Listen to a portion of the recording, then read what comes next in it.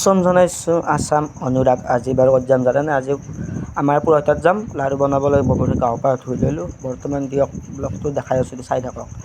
এনেকৈ বঢ়িয়া যাব ৰেডি। বৰ্তমান আহি আছে, ৰৈ যাব একেলগে যাওঁ দিয়ক। ব্লগটো চাই থাকক, দেখাই আছোঁ। মই ধুতি বাৰু এইখন মই লৈ আছোঁ। বৰ্তমান এতিয়া আমি পুৰহীতাত যাম, পুৰহীতাত যাই লগ পাম দিয়ক। ব্লগটো চাই থাকক। মই বঢ়িয়াকৈ ওলালোঁ যাবলৈ পুৰহীতালৈ দিয়ক, তাতে যাই লগ পাম।